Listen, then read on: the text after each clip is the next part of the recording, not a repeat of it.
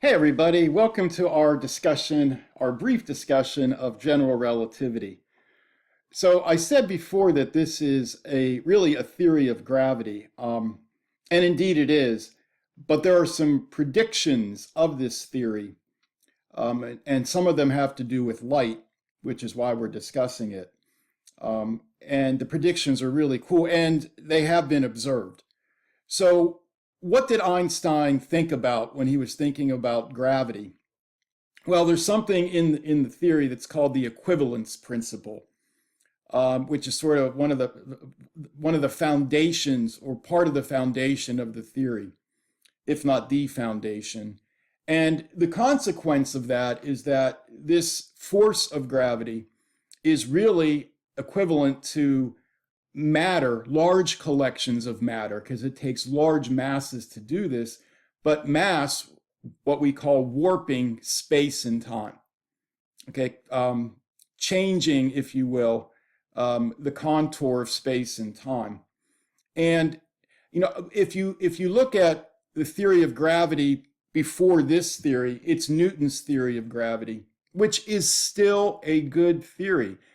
It works in almost every case that you need that you're going to analyze or engineer with.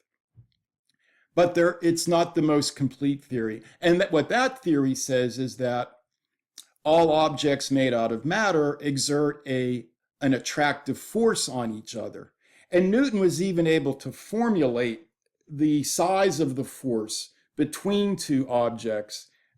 I can just jot it down, you don't have to remember it. But what Newton said is that the size of this force between two objects is equal to, there's a constant called the gravitational constant, big G, times the product of their masses. So let's just call the objects 1 and 2.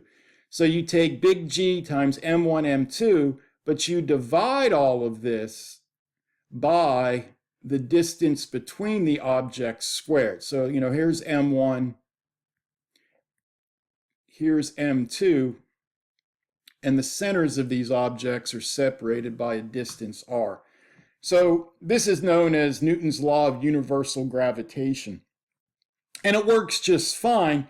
However, it's not the most complete description of how gravity is observed to work in our universe. So what's sort of really significant about this theory of general relativity is that it's really saying that, gravity really isn't a force. It's not what we conventionally think of as a force. So what's really happening again is a warping of space and time. And again, it's a consequence of the equivalence principle. And there are different ways to discuss the equivalence principle, but here's one way that helps me think about it. And supposedly, this is what Einstein was also thinking about. He was thinking about, how do we know that there is gravity? How do we sense that? So for instance, this is the classic elevator explanation of the equivalence principle.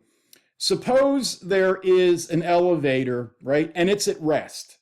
It's at rest, and it's on the ground floor. Well, imagine you're standing in the elevator like this guy is. Look, he's ready to go to work. Okay, he's got the short sleeves and the briefcase, and the tie. How do you know that the earth is pulling down on you? Well, what you actually feel is you feel the floor of the elevator pushing up on you. We sometimes call that a normal force, normal meaning perpendicular to the surface.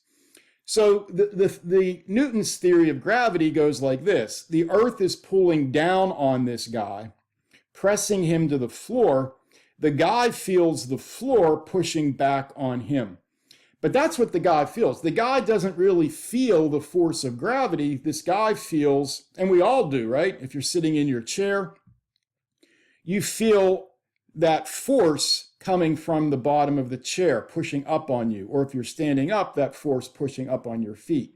So what Einstein said is, well, imagine that this elevator, right? It's in outer space. Okay. Actually, I don't know if Einstein considered elevators, um, but we're going to consider an elevator. So suppose I just take the elevator cab here, and I'm nowhere near the Earth, right?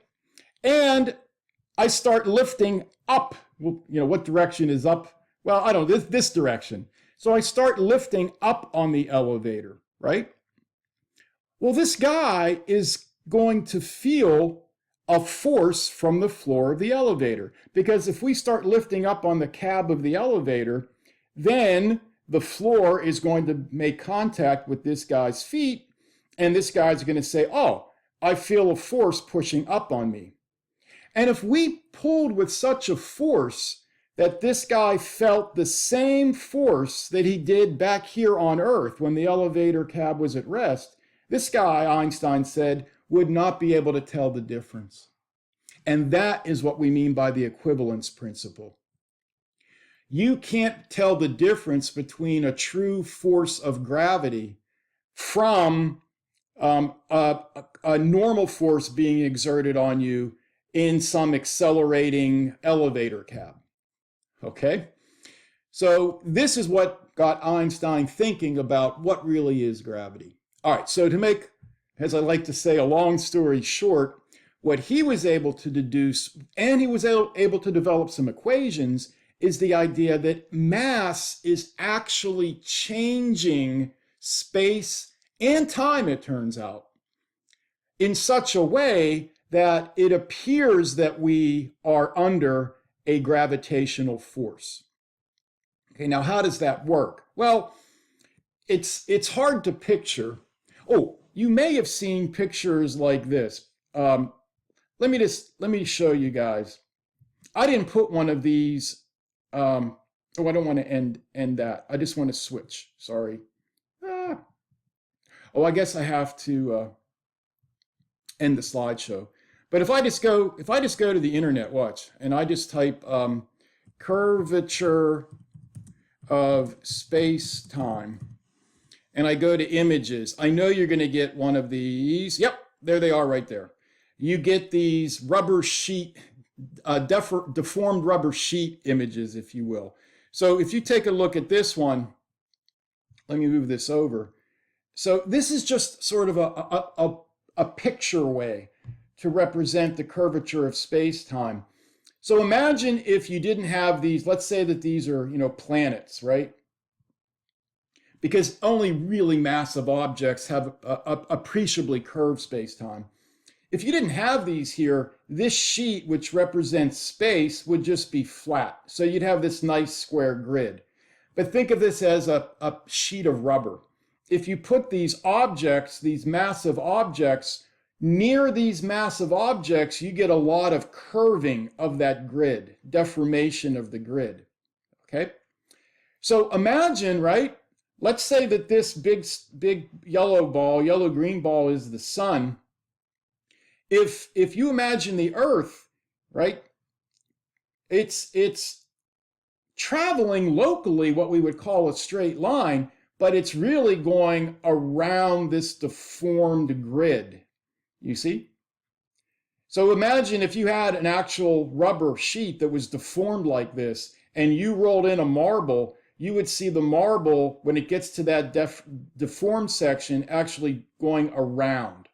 So the orbiting of the Earth around the sun is not because of this attractive force between the sun and the Earth, like Newton said, but it's because there is a deformation of space and time caused by the sun, and the Earth is really just traveling through this curved space around the sun.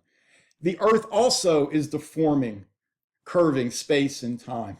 So objects that are near the Earth are traveling around, if they're in orbit or traveling around the Earth, they're really traveling, quote, straight, but space and time are curved. Okay, again, these are all words to try to explain this concept, and maybe none of the words are perfect in doing that. But let's get back to the slideshow. And this is what I'm trying to indicate in this diagram. Let me recenter our capture area. Okay, so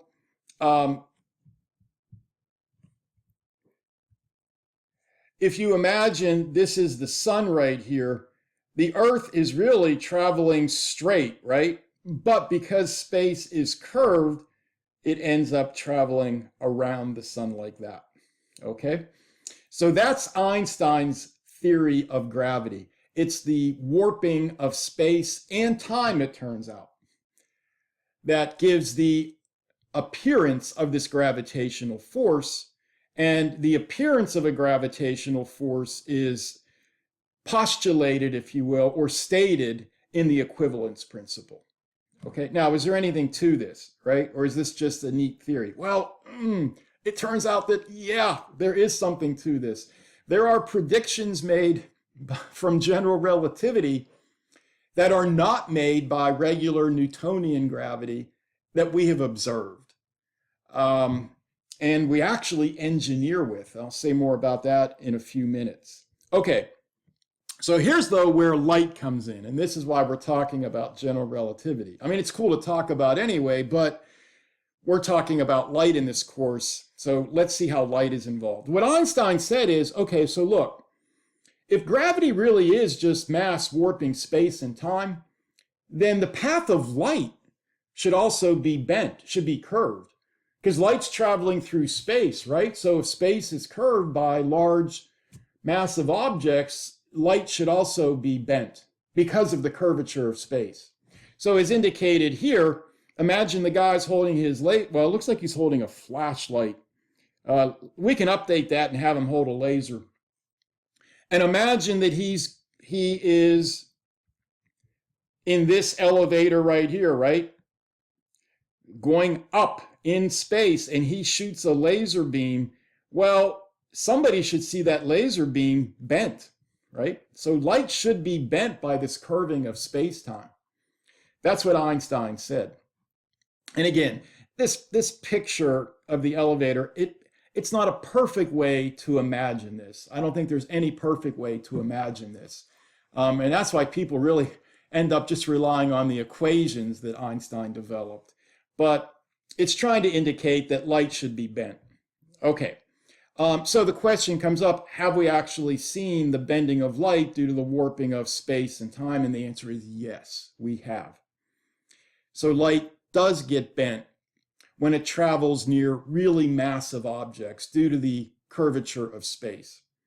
Okay, so this is an indication of what should happen for a star, for instance. And this actually is describing, there was a famous experiment done in, I think it was the spring of 1919. And the idea was this: if you look at stars, right, we see stars because we see the light from the star. But if you look at stars that are, when you look towards our sun, stars that are very close to the edge of the sun, right? The light that the light from the star has to travel very close to our sun. If Einstein was right, then that light should get bent because space is curved near the sun.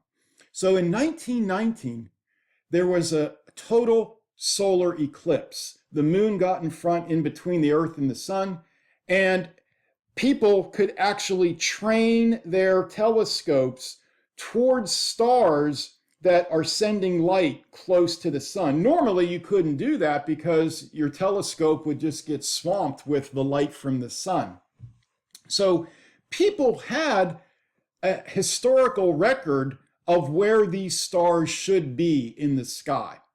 They looked at several stars that send light near the sun. They knew where they should be based on historical records, okay?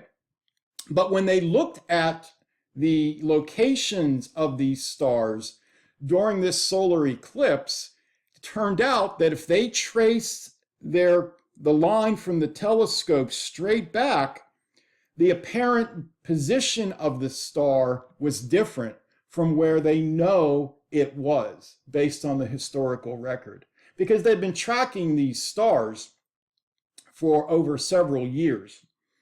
Okay, and the sun was not always in the way of these particular stars. Okay, but at the time of the solar eclipse, they knew what stars would be sending light close to the sun, so they looked for those stars. And this picture is representing what's happening. So the actual star is right here. I made that a solid orange. It's sending light like this, and the sun bends the light so that it arrives to Earth here. So if you just trace this light straight back, this path of light straight back, the telescope is saying, oh, the telescope is looking in this direction. The telescope is saying the star is here. But people knew it was actually here. Now, this was not a huge shift in position, but it was measurable. So this was direct evidence of light being bent by the sun. That is not predicted at all in Newton's theory of gravity. Not predicted at all. But it turns out that there was actually previous evidence that Einstein was onto something, and that was the orbit of Mercury. That was actually the first observation that supported general relativity. People looked at the orbit of Mercury, and we knew that it was elliptical. So Mercury, you might remember, is the planet closest to the sun, and it's quite close to the sun. And as it orbits the sun, it's an elliptical orbit, but it's not a closed ellipse.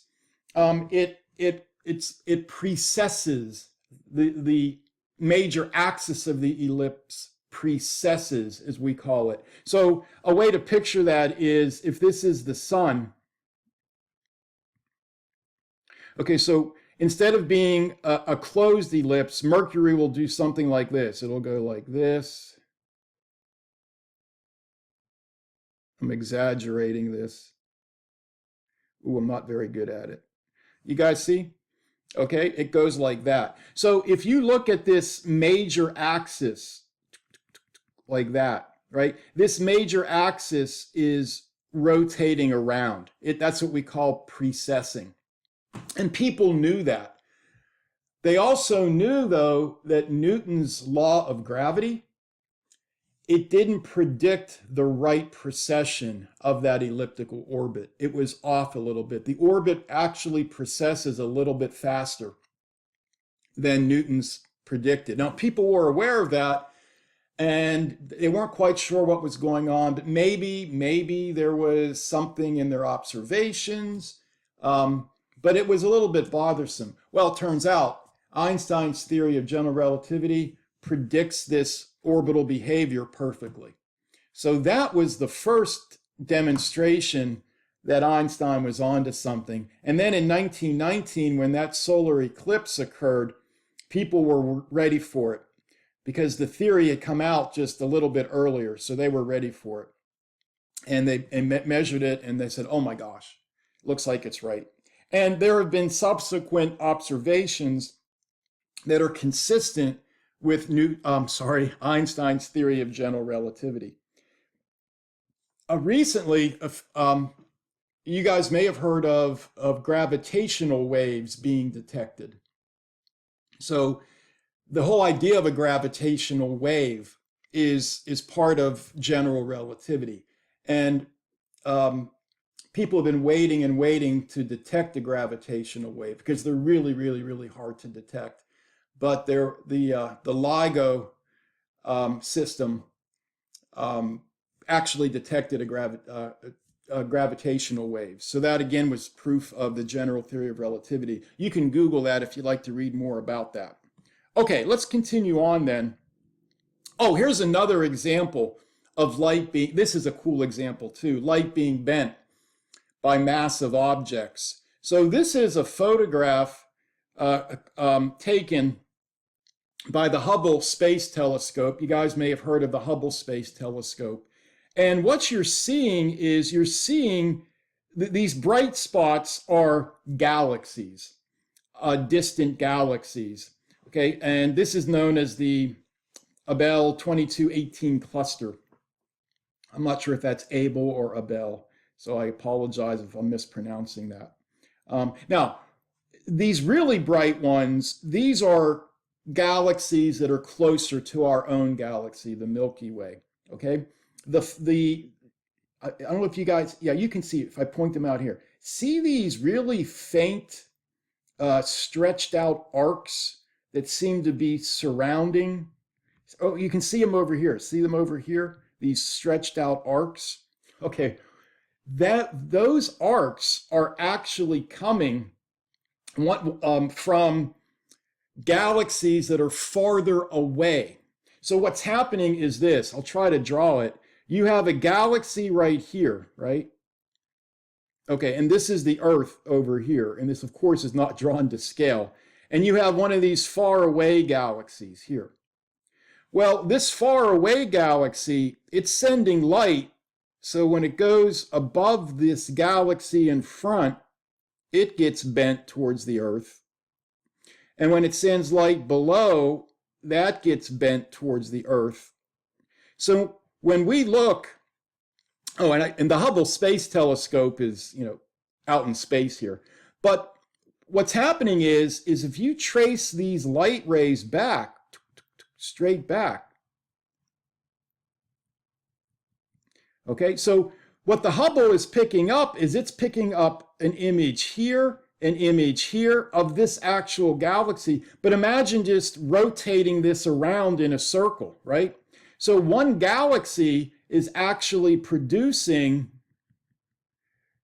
a circle of stretched out images. And you can see some of those, right? You see one here and here and here. This is called gravitational lensing, by the way, that term, gravitational lensing. So when people saw this, they said, oh my gosh, that's predicted by Einstein's general relativity. So that's a neat image.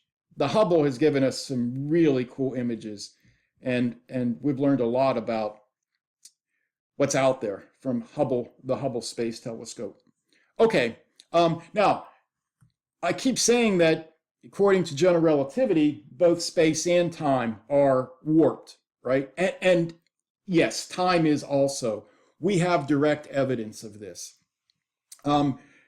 If you're near a big gravitational object, the higher you go from it, the farther you go from it, you find out the clocks run faster. Or another way of thinking about it is, as you get closer to the object, clocks run at a slower rate.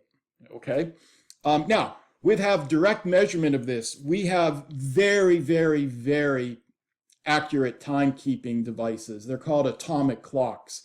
They rely on the actual frequency of atoms, which is very precise. Okay, so when you put a clock, two atomic clocks, one on the surface of the Earth and one elevated from the Earth, and it doesn't even have to be that high. You can put it in an airplane, you do see the clocks running at different rates as predicted by the theory of general relativity. Now, if you take your regular old wristwatch up there, no, you're not going to see a difference, okay? It's not precise enough. It just doesn't have enough resolution. But atomic clocks can. And this is what I think is so neat, is we actually have to take that into account when we use our GPS system, our global positioning system, right? So the global positioning system utilizes satellites, various satellites, and they're at different altitudes. And right, the way it works is these satellites get signals, right, and they're able to pinpoint where the object is from the different signals. So they have to keep track of how long does it take for these signals to arrive so that they can pinpoint where the object is. Well, when you do that, you have to factor in the fact that satellites at different altitudes, clocks run at different rates due to the curving or warping of time. So to get the precision in the location that we know GPS can do, we can locate an object within several meters. You have to take into account that clocks run at different rates depending on altitude because of the curving of space and time. So pretty neat. Okay, all right, that's it for this video. We'll talk about time travel in our last video. Bye-bye.